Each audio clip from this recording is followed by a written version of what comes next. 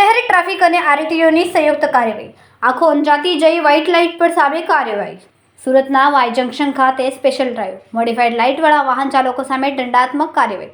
₹1000થી લઈને 6000 સુધીનો દંડ કરાયો અને એક વાહન ચાલકો આરટીઓ અને ટ્રાફિક પોલીસના સાણસામાં.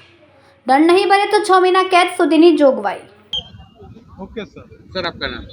मेरा नाम अंकित शाह है, मैं असिस्टेंट आरटीओ हूँ सूरत।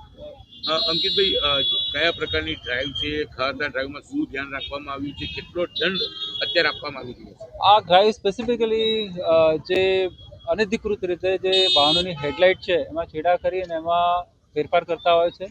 એમાં જે ખરેખર મળવાપાત્ર જે લાઇટ હોય છે એના કરતાં વધારે ઇન્ટેન્સિટીની લાઇટ લગાવી અને રોડ સેફ્ટી માટે જે જોખમી કાર્યવાહી કરતા હોય છે લોકો, એના વિરુદ્ધ આ ડ્રાઈવ કરવામાં આવી રહી છે. અને આ જે છે અનધિકૃત રીતે કોઈ પણ હેડલાઇટ લગાવે એમાં બલ્બ ફી ચેન્જ કરતા હોય છે. એમાં મોટર વાહન ધારાની કલમ 182 મુજબ આપણે ₹5000 સીધો દંડની જોગવાઈ છે અને એ સિવાય રોડ સેફ્ટીને જોખમી થાય છે એના રીતે ₹1000 હજી બીજો દંડ કરી શકાય છે. એટલે ટોટલ ₹6000 આપણે દંડ કરીએ છીએ. જો દંડ છે એ માંડવડ ના થાય તો આમાં કાયદામાં 6 મહિના સુધીની કેદની સજા પણ છે.